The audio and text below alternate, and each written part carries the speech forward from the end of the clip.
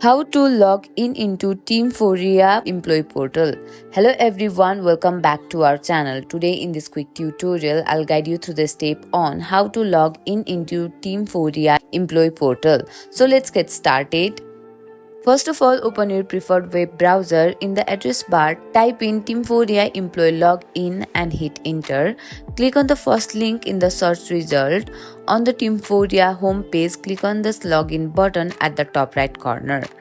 On the login page, enter your email address, then click on the continue, then click on the password.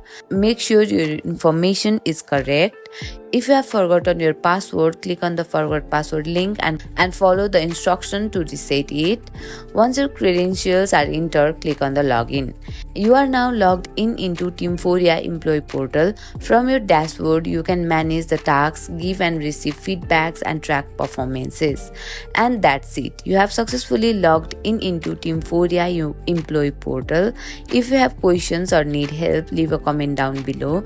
Thank you for watching the video. Don't forget to subscribe our channel for more tutorial like this. See you on the next video.